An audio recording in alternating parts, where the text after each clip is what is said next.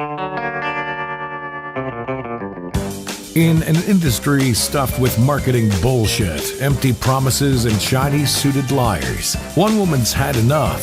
She knows what it's like to have the wrong clients, no money, and no time for fun. But she also knows how to fix it. And on the Business for Superheroes show, she promises to tell the down and dirty truth about business, sales, and running away with the circus. Here's your host, Vicky Fraser.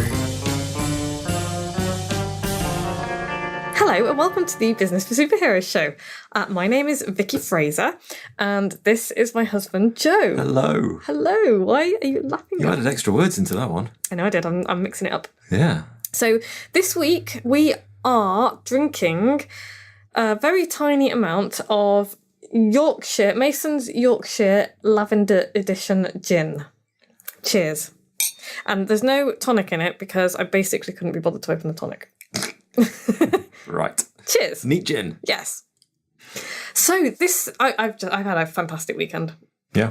What have you been doing? Yeah. I have been up in Sunderland, which is a really long way away. Yes. Thanks, Tom. Thanks, Dom. And it's a beautiful place. And I have been guest speaking at Dom's brilliant Poodle to Pitbull Pet Business Bootcamp. Poodle to Pitbull Pet Business Bootcamp. Yes, there's not enough P's in there for Carol's liking. Hi, Carol. Say hi to Carol. Hi, Carol. He did. But it's like PPBB. Anyway. And that actually, the boot camp has given me loads of... I was talking about writing a book and how wonderful that is. But I always come away from things like that with a bazillion other ideas of what I can do with my business and all that kind of thing. One of those kind of events, you always meet interesting people, talk about interesting things, bounce a few ideas off people, and... They're always worth it, aren't they? And you hear things from different angles and, you're reminded of things that you knew but you'd kind of forgotten or put on the back burner and maybe it wasn't the right time for those ideas before and now it is. And anyway, one of the ideas gave me the idea for this podcast mini-series. Podcast mini-series coming up. Yeah, this is sub-episode 1. That's going to get confusing. Of the 7 quirks of successful / famous business owners. Okay. I'll give it a better name when I can... 7 quirks of business / successful. It's the 7 quirks. 7 quirks. Yes. And we're starting with quirk number 1, which is the Niche-O-Matic. The Niche-O-Matic. And that name is of this podcast because I could not think of anything better. Okay, so in summary, this is podcast 144. Yeah, episode 144. Jesus, that's a lot of podcasts. It's a lot of podcasts. If anybody out there has listened to all of them, you probably need to do something else with your time. No, you do not need to do something else with your time. You are an absolute superstar. And if you have, honestly, if you've listened to all of them, get in touch with me and I'll send you a gift. Drop me an email. Tell me, tell me what your favourite episode was. Tell me that you've listened to all the episodes and I will send you a gift because I think that's really, really cool. Because I do know that Carrie, hi Carrie! Hi Carrie. Listened to us for 4 hours straight on the way up to Sunderland. Good Lord. Last week, I know, and I just think that deserves some kind of a prize for sure. So, yeah, if you've listened to every episode, I would love to send you a gift. So... Yeah, I can't promise it'll be a brilliant gift, but it'll depends be how many people respond, I guess. Episode 144, sub-issue 1 of the 7 quirks. Yes. The Niche-O-Matic. That was almost like we rehearsed. That was, wasn't it? So yeah, this is really timely for me because this is something that I've struggled with for so long, isn't it, Joe? I started my business I kind of tumbled headfirst, drunkenly, and out of gainful employment. Out of gainful employment into freelance copywriting 6.5 years ago now. Good Lord. Is it that long? Yeah, I've been writing for a lot longer than that. I wrote my first book when I was in middle school. Yeah. I haven't read that book. I don't even know if it still exists, which makes me really sad because it had chapters and everything. Oh. And pictures. Anyway, so yeah, I've really struggled because you kind of drift into a lot of people. Some people deliberately go into business and that's fantastic, but they will still have this problem, a lot of them. I drifted into this business, and particularly as a copywriter and marketer, I didn't know what to specialise in. And I've I've done okay over the past few years. I've built a pretty good business that has enabled us to buy this ridiculous house that we live in. It's not at all because nobody else on the planet wanted it. No. But I've also, and I've loved a lot of it, but I've also really struggled and I've plateaued and I've been frustrated and I've found it hard to get going on many occasions, haven't I? And I've loved and hated it. But recently I've figured out why that is. And I'm pretty sure that a big part of the reason is that I didn't have a specialisation. I didn't have a niche. Okay. And, there are billions of copywriters and marketers in the world. And, I didn't even have an industry that I specialised in. So it wasn't even like I wrote for, dentists or something. Yeah, which I do not want to do. And it was just difficult because it's very difficult to market yourself effectively if you don't have something to hang your marketing off, And even after I wrote my book, Business for Superheroes, that's still quite generalist, wasn't it? It was very generalist, yeah. And it was aimed at small businesses who just started up and all the rest of it, and that's fine. But anyway, so I decided basically, fuck that shit. Okay. Right in the ear. And you and I went on holiday for 2 weeks, a couple of weeks ago, and it was great. And you stopped doing things. You read books. It took me a few days to sat around. That, didn't it? Yeah. You had a freak out halfway through the holiday doing the. Maybe we should go and do something else. I did, didn't I? I suggested we should go home. Maybe we could go home and work on the house. It's like, no, you're going to sit in these woods with sheep and read a book. And I did.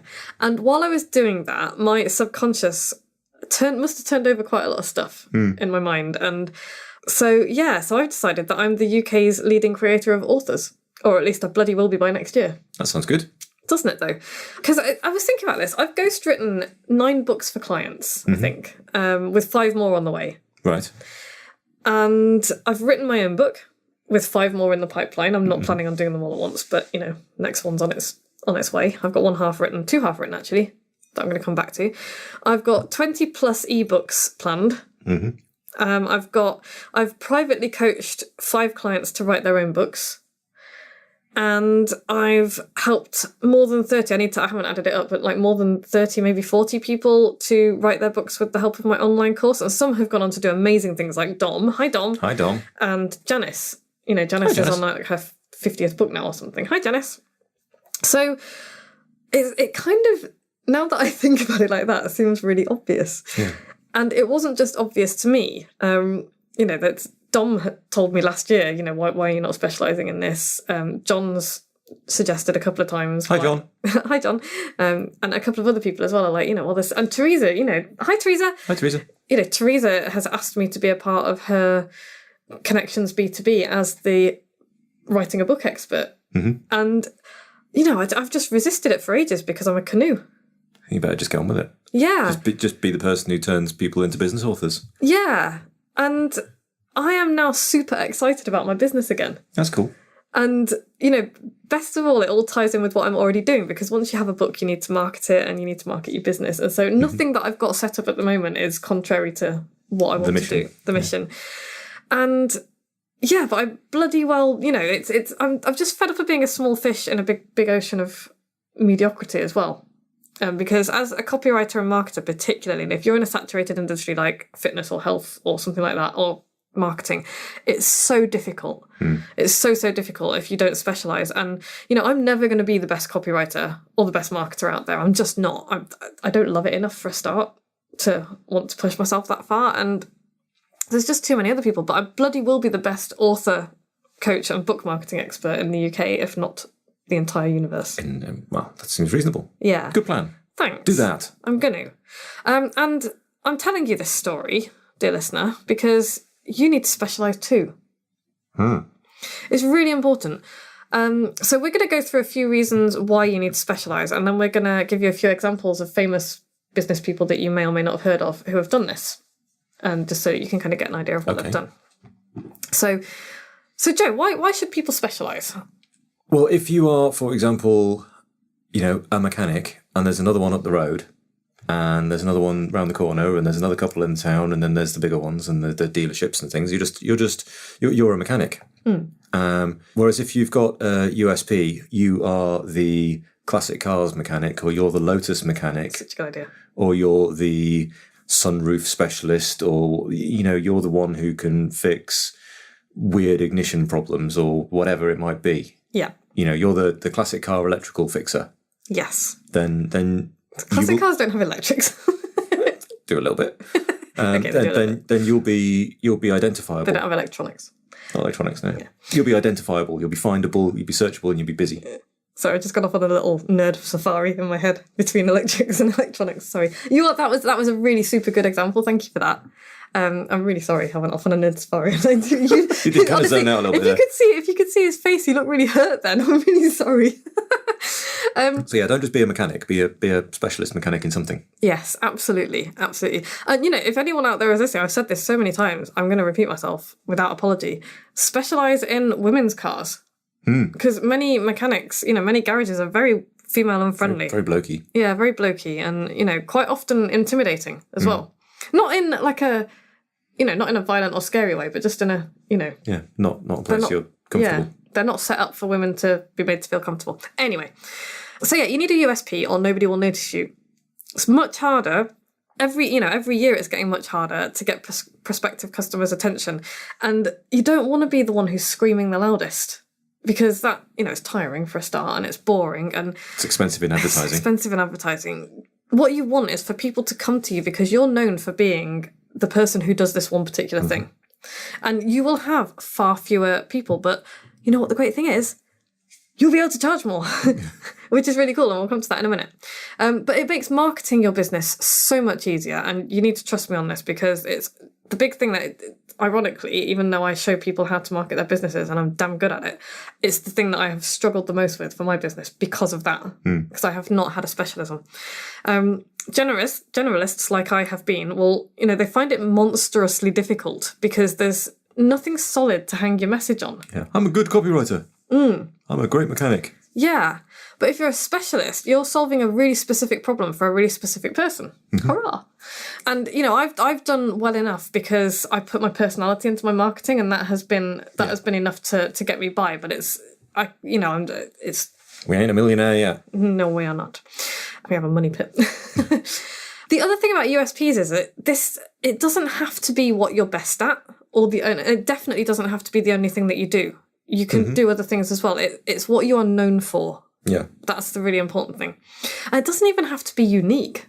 I know that the U stands for unique selling point, but that doesn't mean that it has to be unique in the universe. Yeah. That's not the point. It's your point of difference. Other people will do it. There are other author marketing experts out there. Actually, not that many in the UK. But I'm claiming the top spot right now. None of them has done it. And so I'm going to do it.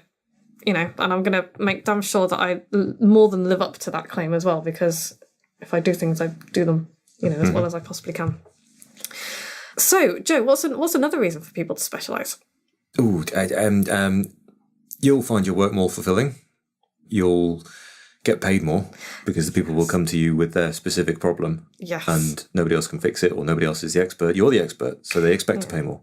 And if you're doubting the truth of that, let's take medicine as an example. Okay. Who gets paid more, Joe? A GP or a neurosurgeon? I'm going to go with the neurosurgeons. Orthopaedic surgeons or orthopaedic surgeons who specialise in Olympic athletes' knee injuries? I'm going to go with the specialist knee surgery sportsman chap. Exactly.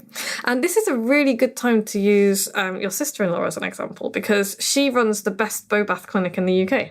That is true. And that bow bath, by the way, is a type of physiotherapy. I don't know that much about it. It's for retraining your brain after it sustains an injury. Yeah, so she specialises in stroke, doesn't she? So yeah, it's all about recovery from strokes and brain injuries. It's all about phosphorylizing your upper channels in a new way. That sounds really cool. Yeah. And seriously, go and have a look at the stuff that she's doing is incredible. She has literally, I think people think of the word miracle as being some kind of, religious thing, but I think a miracle is something that is just so unlikely but wonderful. And what she's doing with her team is, I think, miraculous. Certainly, do you remember that guy who couldn't walk and now he's playing football? Yeah. And couldn't stand up. Couldn't maintain his balance. Couldn't stand up out of a chair. Yeah. And he was like 23 or something after a nasty virus that did him harm. And, a couple of months later, and he wouldn't have got better. That was an injury that he wasn't going to, he might have made a little bit of progress over the next 10 years. Yeah. But my sister had him 6 weeks later, a couple of months later. Can we mention her? I don't know. I would say so. Therapy Matters. Yeah, they are amazing. Near Chester. They do fantastic things.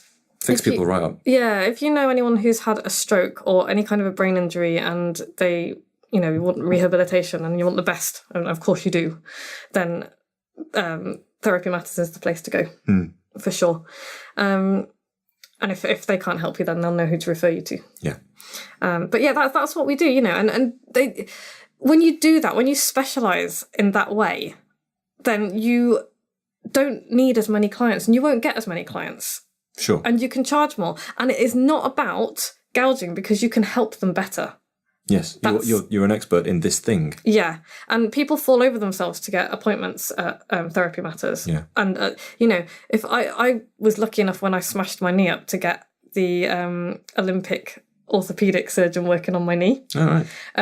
But, if I were to do the same thing now, I would absolutely be wanting to get him to do it. You would be finding him. And I would be paying him very handsomely for it as well. So that's why... That's another big reason. There's a smaller learning curve for you as well if you specialise. You learn very deeply about a very narrow topic instead of loads of stuff about everything. And that's it's just quicker. You can become an expert quicker. Especially if it's something that you're interested in.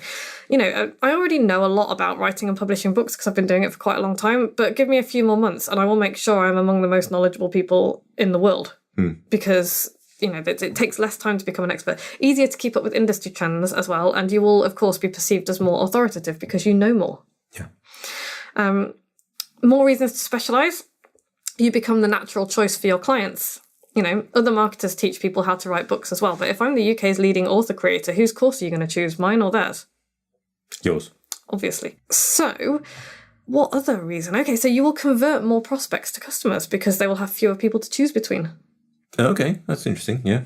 Yeah, so you won't get as many prospects, but your conversion rate will be higher. Yeah, that saves you a lot of money in marketing as well, doesn't it? If you've got specific targets to hit. Yes, and you'll push away the people that don't want exactly what you do. Yeah, there's no point being the electrical specialist in Lotus classic cars if, they're not going to use you if they haven't got a Lotus.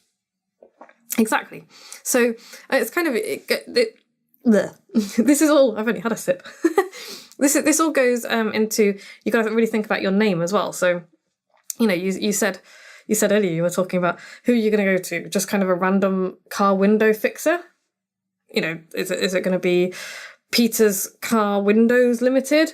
Or is it going to be Peter's, tinted car windows? Or is it going to be Peter's Sunroof Superheroes? If you've got a problem with your sunroof, who are you going to call out of those three companies? It's going to be the Sunroof Superheroes. The sunroof guy, yeah. Yeah. Okay, so there's a whole bunch of reasons there why I hope that you can now see why it's a good idea to specialise. Well, that doesn't mean that Peter and his sunroof specialism can't fix your windy windows. Absolutely, and that's the thing, because you will become known for the thing that you do. People will get to know me for what I do, but that doesn't mean that I'm not going to write sales pages and email sequences. I really enjoy writing the email sequences. I'm not going to stop doing that. But what people will know me for... book writing. ...is the book writing. That's what they will come to me for. And that's really, really important. Because people come to you... What do people come to you guys for? They come to you for, the difficult stuff, the difficult vision systems. Yeah, but once they've got that, there's a whole bunch of other stuff you offer them, right? Oh, yeah. All kinds of control systems and PLC stuff and all, automation magic. But I'm hoping that you don't bother trying to sell them any of that stuff. It's just Not usually as a first step, no. You don't get anywhere with that. No, exactly. You don't get anywhere with that. And that's the point. And, what you're known for is, how do we solve this thing that nobody else can fix? So it's super important. Okay, so a few examples from the real world. Gary Vaynerchuk, Gary V. Love him or hate him. Most people know who he is if they know about marketing, and he dominates that kind of crush it sector of hustling and grinding and, really throwing everything you've got into social media 24/7. And, that's not at all my kind of thing, but he's made a $60 million business, so who the hell am I to argue? I'm sure he's doing okay. Another example, Marie Forleo. Have you heard of Marie Forleo? No.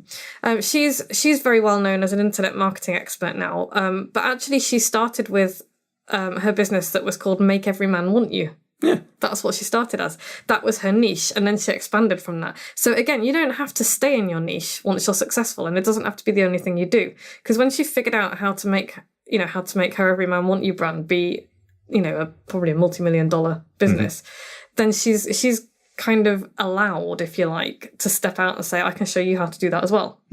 Because it's perfectly reasonable. Danielle Laporte, you probably haven't because you're not in there. But she started White Hot Truth, which was her brand. That was the thing that she started, and that was all about your spiritual path and life coaching and whatnot, which was too woo-woo for me, but she's rich, so who am I to argue with her? That's what she was known for. John Maxwell is the life coach guru. He is the life coach's life coach. He's started he's got this enormous global empire. Training life coaches. Training life coaches, yeah. And that's what he is known for. I'm sure he does other stuff as well. Have you heard of Joe Polish? I have heard of Joe Polish. Joe Polish is the carpet cleaning guy. He started in carpet cleaning and became known as the go-to marketing guy for your cleaning business. And he's now just the go-to marketing guy. Yeah. But sorts out marketing for businesses like that. Yeah, I mean, his real name is not Joe Polish. So, Cesar Millan is the dog whisperer. And, he's not the only one in the world. He wasn't even the first dog whisperer. But he's the one who said, I'm going to call myself the dog whisperer. And now he's probably he's probably the most famous dog trainer in the world. Because he has embodied, this trait of find your niche. And, he does other stuff as well. But he's known for being the dog whisperer. Joe Wicks, have you heard of Joe Wicks? Nope. He's the body coach. And he is known very specifically, he's called himself the body coach. He's known very specifically for helping, I think it's just men, probably, to build this kind of, not bodybuilder, it's not that big, but this kind of really ripped. Like a ripped and toned. Male model image. He looks like a male model if you look at him. He's got all of the, he's very nice to look at.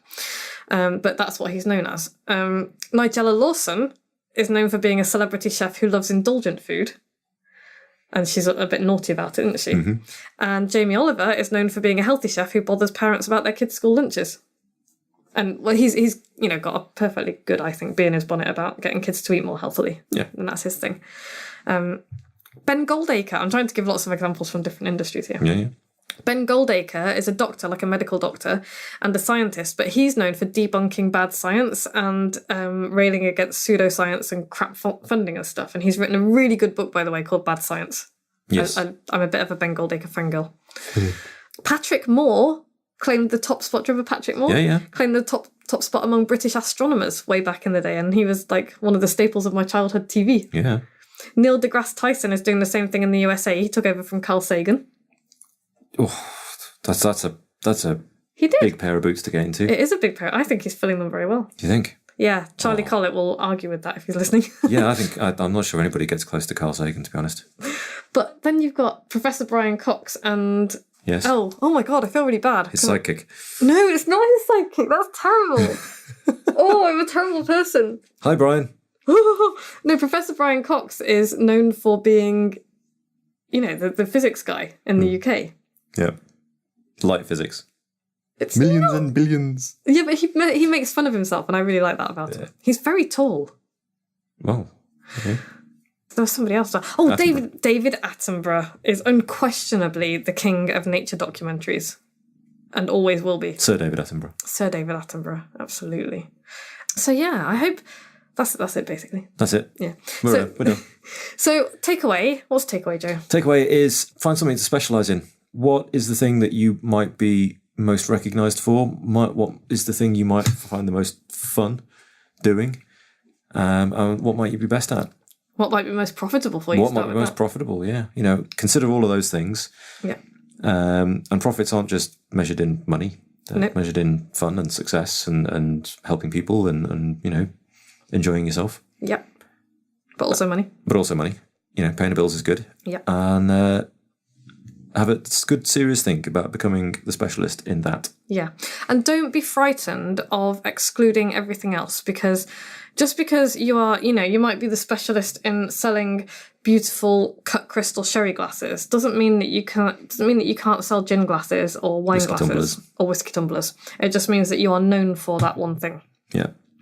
So you're not narrowing you are narrowing your focus, but that's so that you can market your business more easily. Yeah, if you've got the biggest range of cut glass sherry glasses in the country, you're going to sell loads of them. Yeah, and then you can sell other stuff too. Because if people want sherry glasses, they're probably going to want wine glasses and whiskey tumblers. Sherry and coasters and all kinds of other things. All kinds of things. So find something to specialise in. Okay. Do it now. And if you are struggling, by the way, with finding this niche of yours, you should come to San Diego with me and Misty, because we are brilliant at helping people find their specialties. Cool. We really are. I think we helped at least 3 of the breadheads in the UK do that back in May. We helped launch a brand new business in Toronto back in January. At the very first Breaking Bread Mastermind. So if this is something you're struggling with and you can get yourself to San Diego for the 2nd of November, we've got 3 spaces left at time of recording. Mm-hmm. Maybe none left by the time this goes out. Be quick. You would be more than welcome. If you can't make this one, because I know it's short notice, next year we'll be doing probably Portugal. Oh, okay, that sounds cool. Yeah, it will be cool. Like sort of springtime, late spring? I think it's going to be July. All right. It's really hot. Jesus, it's going to be baking. Yes. So yeah, any questions? Email me, podcast@vickyfraser.com. I will answer them. We will answer them on the podcast. Mm-hmm. If you've enjoyed this podcast, please leave us a review, 5 reviews. stars preferably. And next week, we'll be doing Esperanto for beginners. Nice. Yeah. So tune in to find out what the hell that's all about. Sweet. In the meantime, if you can't be good, don't get caught. And we'll see you next week. Yes. Thanks, Joe. No worries. Bye. Bye. Like what you've just heard? Tell your colleagues, tell your friends, send them to www.businessforsuperheroes.com/podcast.